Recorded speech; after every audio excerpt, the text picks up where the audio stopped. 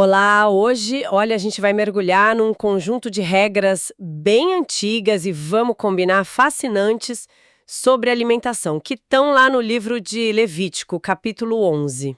Um tema e tanto.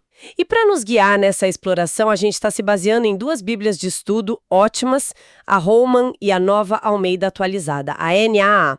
O legal delas é que trazem, sabe, não só o texto, mas um monte de comentários que ajudam a gente a entender o contexto da época. Exato. E o nosso desafio aqui é bem claro, a gente não vai só, listar o que podia e o que não podia comer. Não seria só uma lista de supermercado. Exato. O que a gente quer entender é a lógica. Por que essas regras? Era uma questão de saúde?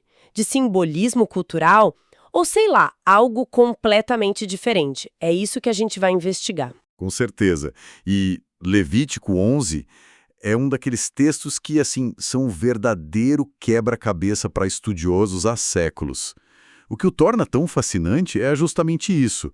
O texto dá as regras, mas ele quase nunca explica o porquê. E é nesse silêncio que mora a curiosidade, né? Exatamente. É esse espaço que nos convida a tentar reconstruir uma mentalidade, a entender como aquele povo antigo enxergava e organizava o mundo. Ok, então vamos começar a desembrulhar isso. Pelos animais terrestres, a regra parece quase uma fórmula, né? Para um animal ser considerado puro, ou seja, próprio para consumo, ele precisava ter duas características. Duas, e tinham que ser as duas juntas. Quais eram? Tinha que ter o casco fendido, dividido em dois, e ser ruminante. Não adiantava ter só uma. Ou tudo ou nada. Exato. E os exemplos no texto são muito específicos para não deixar dúvida.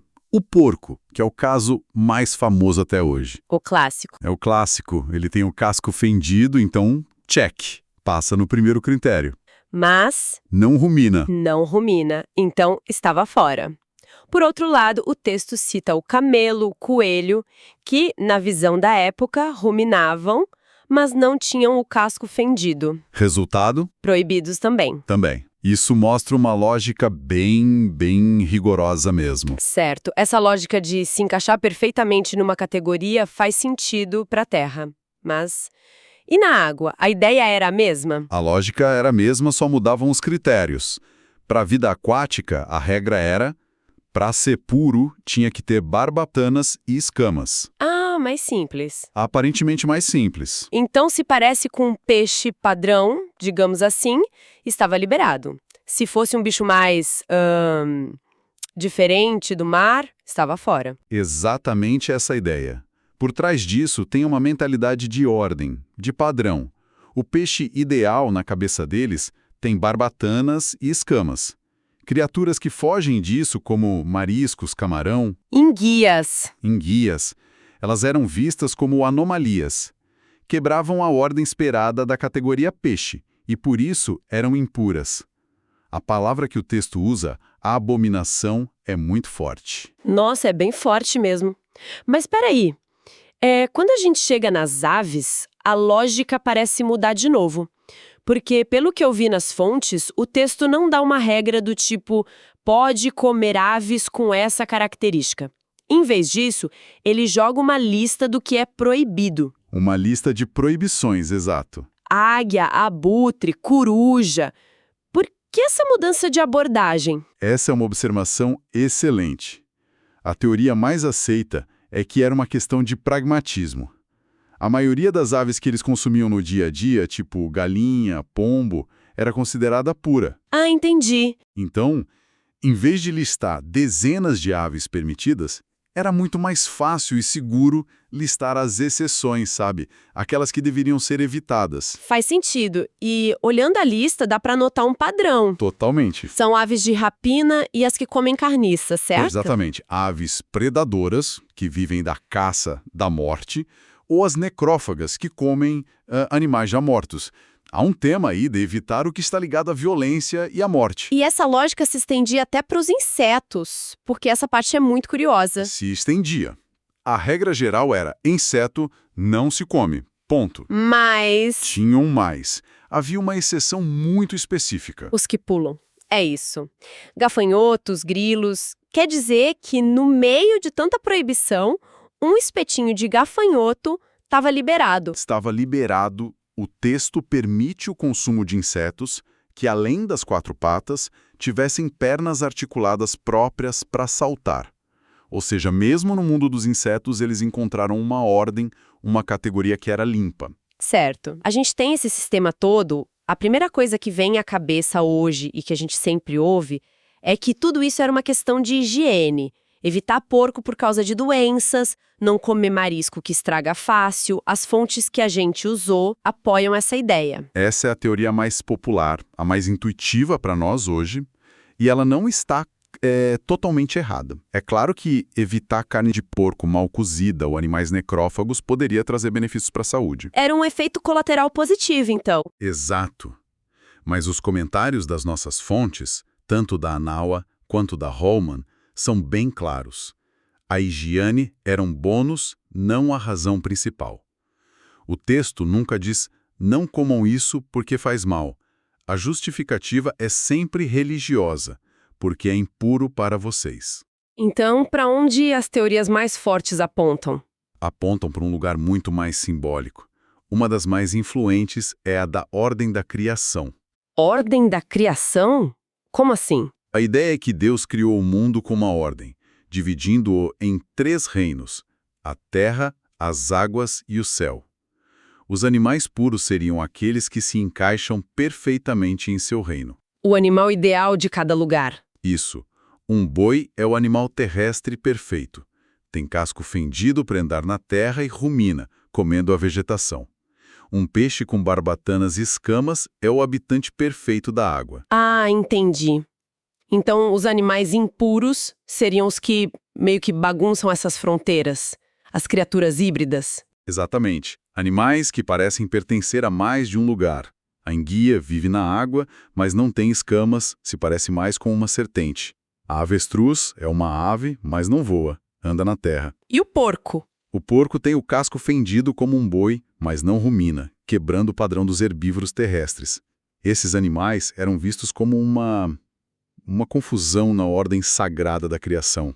Eram como erros de gramática no universo. Nossa, essa ideia da gramática cósmica é quase poética. Mas é muito simbólica. As fontes mencionam algo mais, pé no chão, ligado à vida em sociedade? Sim, e essa é a segunda grande teoria que a Bíblia de Estudos Roma destaca bastante. A da separação cultural. A comida não era só para matar a fome, era um marcador de identidade. Como assim? Essas leis funcionavam como uma barreira social e religiosa. Muitos dos animais proibidos para os israelitas, como o porco, eram iguarias ou até parte de rituais de povos vizinhos, como os cananeus e egípcios. Espera aí. Então, o cardápio era, na verdade, uma carteira de identidade. Cada refeição era uma forma de dizer nós somos diferentes. Exatamente essa a ideia. Comer, um ato que se repete todo dia, várias vezes, se tornava uma declaração constante de fé e de pertencimento. Recusar um prato era afirmar quem eles eram e a quem serviam. E essa ideia de separação não parava só na comida, né? O texto vai além. Tocar na carcaça de um animal impuro também contaminava a pessoa. Sim, e aqui tem um ponto que é fundamental a gente esclarecer.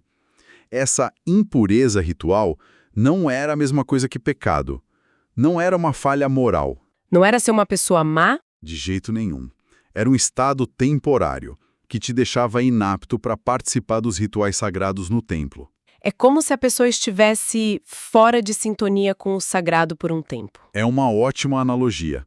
A pessoa precisava se ressintonizar. E o processo era geralmente simples. Esperar o pôr do sol, lavar as roupas, era uma forma de restaurar esse estado de prontidão. Tem um detalhe nas fontes que eu achei incrível, que é a diferença no tratamento dos objetos contaminados. Se a carcaça de um bicho impuro caísse num vaso de barro, o vaso tinha que ser quebrado. Mas se caísse em algo de madeira ou couro, bastava lavar. Por que isso? O fascinante aqui é o que essa regra nos diz sobre a cultura material da época.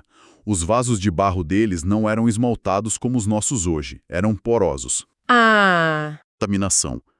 Já a madeira ou o couro, por serem menos porosos, podiam ser purificados. Isso reforça o quão séria e penetrante era a noção de impureza ritual. Então, Depois de passar por tudo isso, regras, categorias, rituais, qual era o objetivo final de todo esse sistema? A grande lição. O próprio texto nos dá a resposta, bem no final do capítulo.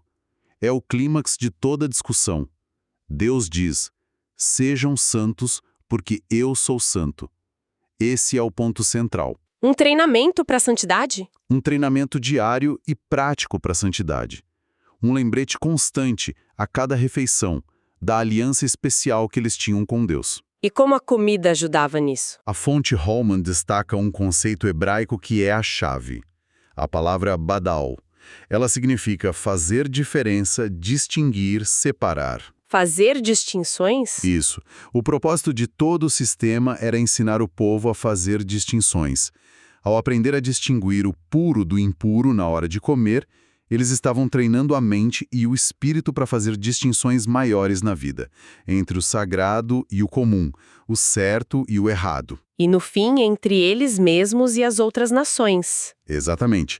A santidade não era um estado místico, mas essa prática diária de fazer escolhas, de traçar linhas. É interessante como a Holman até conecta isso com a perspectiva cristã, né? Dizendo que, embora as regras específicas não sejam seguidas, o princípio por trás... O princípio de viver uma vida distinta, que honra a Deus, que reflete uma identidade escolhida. Ele permanece relevante. Permanece muito forte. Recapitulando, então, o que parecia ser só uma lista de alimentos arbitrária se revela, na verdade, um sistema simbólico incrivelmente profundo. Não é sobre dieta, é sobre uma visão de mundo. É sobre ordem e identidade e a busca diária por um ideal de santidade. Cada refeição era uma aula, uma chance de lembrar quem eles eram. E isso nos deixa com uma provocação final, né? As fontes mostram como os israelitas eram ensinados a fazer a diferença, a se definir pela comida que escolheu. Certo. Hoje, no mundo saturado de opções e informações, vale a gente se perguntar: quais são as dietas que nós adotamos para criar ordem e definir a nossa identidade? E não só de comida. Dieta de informação que a gente consome, do entretenimento que a gente escolhe, dos relacionamentos que cultivamos. O que as nossas escolhas de consumo, no sentido mais amplo da palavra, revelam sobre os valores que nós consideramos sagrados.